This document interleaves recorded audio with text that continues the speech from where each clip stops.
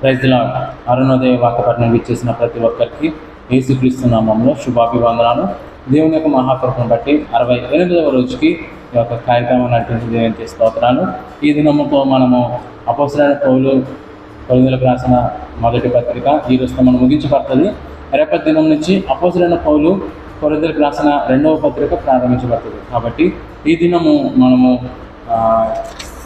కొరింథీయులకు రాసిన మొదటి పత్రిక 15-16 అధ్యాయాలు దేవుని యొక్క వాక్యపట్నం చేస్తే ఈ రోజుతో మనం ఈ యొక్క పత్రిక అంతా కూడా మనం ముగించుకుంటాం. ప్రార్థన చేసుకుని ప్రారంభించుకుందాం. ప్రార్థన. మహాపరిశుద్ధుడు మహాగణుడైన మా ప్రియ పరలోక తండ్రి, నీ నామానికి వందనాలు స్తోత్రము ప్రభా.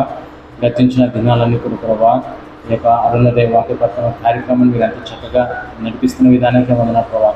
అనేక మంది ఈ యొక్క కార్యక్రమాన్ని వీక్షించి ఆత్మీయంగా వాళ్ళు బలపడే కృప దయచేయమని అడుగుతున్నాం తండ్రి. అవును ప్రభా, వినటం వలన విశ్వాసం కలుగును. నీ వాక్యము వింటే మాకు ఇంకా విశ్వాసం వస్తుంది తండ్రి. మరి ముఖ్యంగా నీ వాక్యం చదివితే ఇంకా మేము ఆత్మీయంగా బలపడతాం. కాబట్టి అయినా ఈ యొక్క కార్యక్రమాన్ని ఈ విధంగా నడిపిస్తుండగా ఇంకనూ ప్రభా మీ తోడు మీ సహాయము మాకు అనుగ్రహించమని అడుగుతాం. ఈ యొక్క కార్యక్రమాన్ని మొదటి నుంచి అంతం వరకు మీ పరిశుద్ధాత్మ సహాయం చేత నడిపించమని అడుగుతాం. మా ప్రియుడు రక్షకుడైన యేసుక్రీస్తు నామములో ఈ ప్రార్థన సమర్పిస్తున్నాం. ఆమేన్. అపోస్తలుడైన పౌలు కొరింథీయులకు రాసిన మొదటి పత్రిక 15వ అధ్యాయము. మరియు సహోదరులారా, నేను మీకు ప్రకటించిన సువార్తను మీకు తెలియపరచుచున్నాను. మీరు దానిని అంగీకరించి దాని యందే నిలిచి ఉన్నారు. మీ విశ్వాసము వ్యర్థమైతేనే కానీ నేను ఏ ఉపదేశ రూపముగా సువార్త మీకు ప్రకటించుతునో ఆ ఉపదేశమును మీరు గట్టిగా పట్టుకొని ఉన్న ఎడల ఆ సువార్త వలననే మీరు రక్షణ పొందువారై ఉందురు. నాకు ఇయ్యబడిన ఉపదేశమును మొదట మీకు అప్పగించుతుని, అదేమనగా లేఖనముల ప్రకారము క్రీస్తు మన పాపముల నిమిత్తము మృతి పొందెను, సమాధి చేయబడెను, లేఖనముల ప్రకారము 3వ దినమున లేపబడెను. ఆయన కేఫాకును తర్వాత 12 కనబడెను. అటు పిమ్మట 500కు ఎక్కువైన సహోదరులకు ఒక సమయమందే కనబడెను. వీరిలో అనేకులు ఇప్పటి వరకు నిలిచి ఉన్నారు, కొందరు నిద్రించురి. తర్వాత ఆయన యాకోబుకును అటు తర్వాత అపోస్తలులకందరికీ కనబడెను. అందరికీ కడపట ఆ కాలమందు పుట్టినట్టున్న నాకును కనబడెను. ఏలైనగా నేను అపోస్తలుల అందరిలో తక్కువ వాడను, దేవుని సంఘమును హింసించినందున అపోస్తలునబడుటకు యోగ్యుడను కాను. అయినను నేనేమై ఉన్నానో అది దేవుని కృప వలనే అయ్యున్నాను. మరియు నాకు అనుగ్రహింపబడిన ఆయన కృప నిష్ఫలము కాలేదు, కానీ వారందరికంటే నేను ఎక్కువగా ప్రయాసపడినది నేను కాను, నాకు తోడై ఉన్న దేవుని కృపయే. నేనైననేమి వారైనమి అలాగుననే మేము ప్రకటించున్నాము, అలాగుననే మీరును విశ్వసించుతుంది. క్రీస్తు మృతులలో నుండి లేపబడి ఉన్నాడని ప్రకటింపబడుచుండగా మీలో కొందరు మృతుల పునరుత్థానము లేదని ఎట్లు చెప్పుచున్నారు? మృతుల పునరుత్థానము లేని ఎడల క్రీస్తు కూడా లేపబడి ఉండలేదు. మరియు క్రీస్తు లేపబడి ఉండని ఎడల మేము చేయు ప్రకటన వ్యర్థమే, మీ విశ్వాసమును వ్యర్థమే. దేవుడు క్రీస్తును లేపెనని ఆయనను గూర్చి మేము సాక్ష్యం చెప్పి ఉన్నాము కదా. మృతులు లేపబడని ఎడల దేవుడు ఆయనను లేపలేదు, కనుక మేమును దేవుని విషయమై అబద్ధపు సాక్షులముగా ఆగపరుచున్నాము. మృతులు లేపబడని ఎడల క్రీస్తు కూడా లేపబడలేదు. క్రీస్తు లేపబడని ఎడల మీ విశ్వాసము వ్యర్థమే, మీరింకను మీ పాపంలోనే ఉన్నారు. అంతేకాదు క్రీస్తునందు నిద్రించిన వారును నశించిరి. ఈ జీవితకాలం మట్టుకే మనము క్రీస్తునందు నిరీక్షించు వారమైన ఎడల మనుషులందరికంటే దౌర్భాగ్యులమై ఉందుము. ఇప్పుడైతే నిద్రించిన వారిలో ప్రథమ ఫలముగా క్రీస్తు మృతులలో నుండి లేపబడి ఉన్నాడు.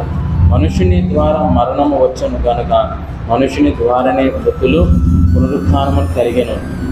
ఆదామునందు అందరూ ఎలాగో మృతి పొందుచున్నారో అలాగుననే క్రీస్తునందు అందరూ బ్రతికింపబడుదురు.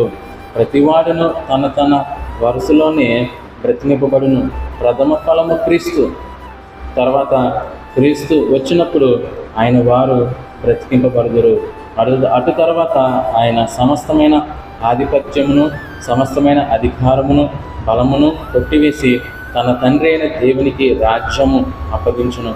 అప్పుడు అంతము వచ్చును.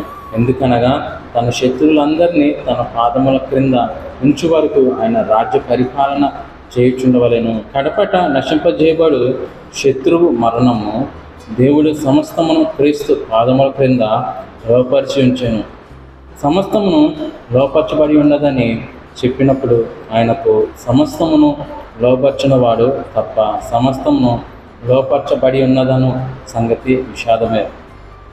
మరియు సమస్తమును ఆయనకు లోపరచబడినప్పుడు దేవుడు సర్వముకు నిమిత్తము కుమారుడు తనకు సమస్తమును లోపర్చిన దేవునికే తానే లోబడును.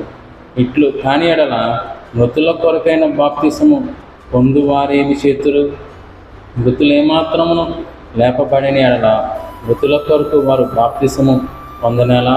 మరియు మేము గడియకు ప్రాణభయముతో నుండనేలా?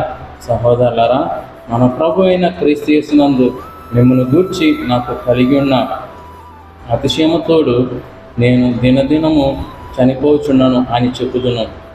మనుష్యరీతిగా నేను ఎఫెసులో మృగములతో పోరాడిన ఎడల నాకు లాభమేమి? మృతులు లేపబడని ఎడల రేపు చనిపోదుము గనుక తిందము, త్రాగుదము, మోసపోకుడి. దుష్ట సాంగత్యము మంచి నడవడిని చెరుపును. నీతి ప్రవర్తన గలవారై మేల్కొని పాపము చేయకుడి. దేవుని గూర్చిన జ్ఞానము కొందరికి లేదు. మీకు సిగ్గు కలుగుటకై ఇట్లు చెప్పుచున్నాను. అయితే మృతులు ఎలాగో లేతురు? వారెట్టి శరీరముతో వత్తురని ఒకడు అడుగును. ఓ అవివేకి, నీవు విత్తున్నది చచ్చితేనే కానీ బ్రతికింపబడదు కదా. నీవు విత్తుదానిని చూడగా అది గోధుమ గింజ అయినను సరే, అది మరి ఏ గింజ అయినను సరే, రొట్టి గింజనే విత్తుచున్నావు కానీ పుట్టబోవు శరీరమును విత్తుట లేదు. అయితే దేవుడే తన చిత్త ప్రకారము నీవు విత్తిన దానికి శరీరము ఇచ్చును. మరియు ప్రతి విత్తనమునకును దాని శరీరము ఇచ్చుచున్నాడు. మాంసమంతయు ఒక విధమైనది కాదు. మనుష్య మాంసము వేరు, మృగ మాంసము వేరు, పక్షి మాంసము వేరు, చేప మాంసము వేరు. మరియు ఆకాశ వస్తు రూపములు కలవు, భూవస్తు రూపములు కలవు. ఆకాశ వస్తు రూపముల మహిమ వేరు, భూవస్తు రూపముల మహిమ వేరు. సూర్యుని మహిమ వేరు, చంద్రుని మహిమ వేరు, నక్షత్రముల మహిమ వేరు. మహిమను బట్టి ఒక నక్షత్రమునకును మరి ఒక నక్షత్రమునకును భేదము కలదు కాదా? మృతుల పునరుత్థానమును అలాగే. శరీరము క్షయమైనదిగా విత్తబడి అక్షయమైనదిగా లేపబడును. ఘనహీనమైనదిగా విత్తబడి మహిమ గలదిగా లేపబడును. బలహీనమైనదిగా విత్తబడి బలమైనదిగా లేపబడును. ప్రకృతి సంబంధమైన శరీరముగా విత్తబడి ఆత్మ సంబంధమైన శరీరముగా లేపబడును.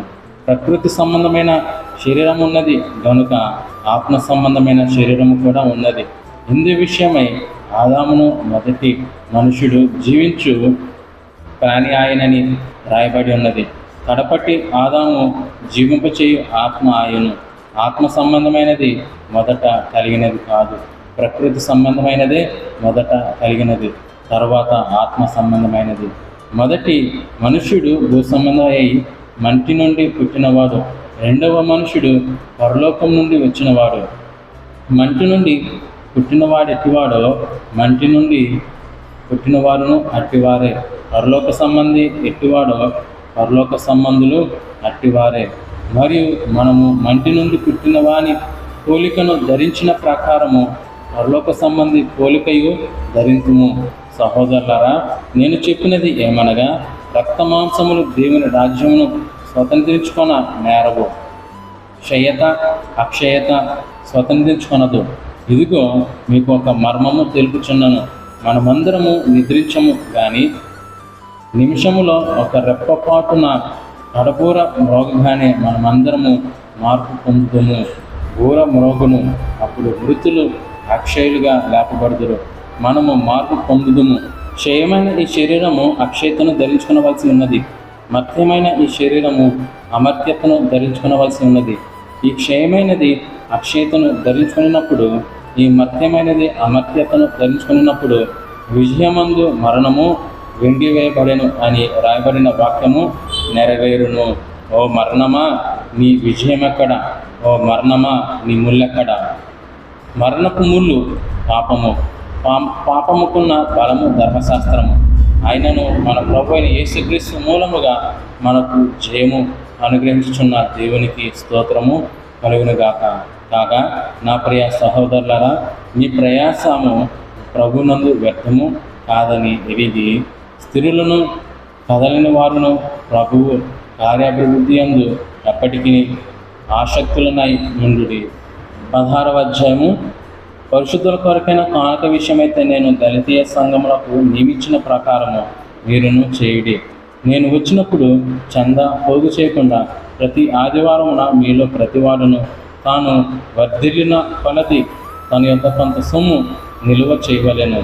నేను వచ్చినప్పుడు మీరెవరిని యోగ్యులని ఎంచి పత్రికలిత్తరో వారి చేత మీ ఉపకార ద్రవ్యమును యెరూషలేమునకు పంపుదును. నేను కూడా వెళ్ళుట యుక్తమైన ఎడల వారు నాతో కూడా వత్తురు. అయితే మాసిదోనియాలో సంచారమునకు వెళ్ళను నిర్దేశించుచున్నాను గనుక మాసిదోనియాలో సంచారమునకు వెళ్ళినప్పుడు మీ వద్దకు వచ్చేదను. అప్పుడు మీ వద్ద కొంతకాలము ఆగవచ్చును. ఒకవేళ శీతాకాలం అంతయు గడుపుదును. అప్పుడు నేను వెళ్ళేది స్థలమునకు మీరు నన్ను సాగనంపవచ్చును. ప్రభు సెలవైతే మీ వద్ద కొంతకాలం నిరీక్షించుచున్నాను కనుక ఇప్పుడు మార్గంలో మిమ్మల్ని చూచుటకు నాకు మనసు లేదు. కార్యానుకూలమైన మంచి సమయము నాకు ప్రాప్తించి ఉన్నది, మరియు ఎదిరించువారు అనేకులున్నారు కనుక పెంతెకొస్తు వరకు ఎఫెసులో నిలిచి ఉండును. తిమోతి వచ్చిన యెడల అతడు మీ వద్ద నిర్భయుడై ఉండునట్లు చూచుకొనుడి. నా వలనే అతడు ప్రభు పని చేయుచున్నాడు కనుక ఎవడైనా అతనిని తృణీకరింపవద్దు. నీ యొద్ద వచ్చుటకు అతనిని సమాధానంతో సాగనంపుడి. అతడు సహోదరులతో కూడా వచ్చినని ఎదురు చూచుచున్నాను.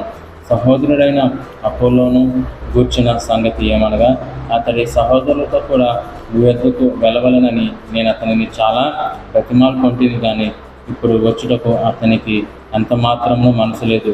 వీలైనప్పుడు అతడు వచ్చును. మెలకువగా ఉండుడి, విశ్వాసమందు నిలకడగా ఉండుడి, పౌరుషము గలవారై ఉండుడి, బలవంతులై ఉండుడి. మీరు చేయు కార్యములన్నీ ప్రేమతో చేయుడి. స్టెఫెను ఇంటివారు అకాయ యొక్క ప్రథమ ఫలమై ఉన్నారనియు, వారు పరిశుద్ధులకు పరిచర్య చేయుటకు తమ్మును తాము అప్పగించుకొని ఉన్నారనియో మీకు తెలియను. కాబట్టి సహోదరులారా, అట్టి వారికి పనిలో సహాయము చేయుచు ప్రయాస పరుచు ఉండు వారందరికీ మీరు విధేయులై ఉండవలెనని మిమ్మల్ని బతిమాలుకొనుచున్నాను. స్టెఫెను, ఫోర్మునాతు, అకాయకు అనువారు వచ్చినందున సంతోషించుచున్నాను. మీరు లేని కొరతను మీరు నాకు తీర్చి నా ఆత్మకును మీ ఆత్మకును సుఖము కలగజేసిది కనుక అట్టి వారిని సన్మానించుడి.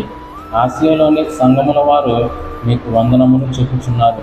అకుల్లా, ప్రిస్కిల్లా అనువారును వారి ఇంటనున్న సంఘమును ప్రభువునందు మీకు అనేక వందనములు చెప్పుచున్నారు. సహోదరులందరూ మీకు వందనములు చెప్పుచున్నారు. పవిత్రమైన ముద్దు పెట్టుకొని మీరు ఒకరికి ఒకరు వందనము చేసుకొనుడి. పౌలను నేను నా చేతితోనే వందన వచనము రాయిచున్నాను. ఎవడైనాను ప్రభువును ప్రేమింపకుంటే వాడు శిక్షింపబడును గాక. ప్రభు వచ్చుచున్నాడు. ప్రభు అయిన యేసుక్రీస్తు కృప మీకు తోడై ఉండును గాక. క్రీస్తు యేసునందలి నా ప్రేమ మీ అందరితో ఉండును గాక. ఆమేన్. దేవుడు యొక్క వాక్యమును దీవించి ఆశీర్వదించును గాక. ఆమేన్. ప్రార్థన చేసుకునే కార్యక్రమం ముగించుకున్నాం. ప్రార్థన. మమ్మల్ని అన్నిటిగా ప్రేమించిన మా ప్రియ పరలోకపు తండ్రి, నీ నామానికి వందనాలు ప్రభా. ఈ దినము అరుణోదయ వాక్య పఠనంలో ప్రభా అపోస్తలుడైన పౌలు కొరింథీయులకు రాసిన మొదటి పత్రిక 15-16 చదివాం తండ్రి. ఈ దినముతో ఈ యొక్క మొదటి కొరింథీయులకు రాసిన పత్రిక ముగించబడుతుంది ప్రభా. నిశ్చితమైతే రేపటి దినం నుంచి అపోస్తలుడైన పౌలు కొరింథీయులకు రాసిన 2వ పత్రిక ప్రారంభిస్తుండగా మీ తోడు, మీ సహాయం మాకు అనుగ్రహించమని అడుగుతూ, మమ్మల్ని మీ యొక్క భద్రత, మీ కాపుదల మాకు అందరికీ దయచేయమని అడుగుతున్నాను తండ్రి. మాకు మంచి ఆరోగ్యాలు దయచేయమని అడుగుతున్నా. మరి ముఖ్యంగా మేమందరము ఆత్మీయంగా మీకు దగ్గర గర్జించే కృప మాకు అందరికీ అనుగ్రహించమని అడుగుతున్నాం. మా ప్రియుడు రక్షకుడైన యేసుక్రీస్తు నామములో ఈ ప్రార్థన సమర్పిస్తున్నాం తండ్రి. ఆమేన్. అందరికీ వందనాలండి.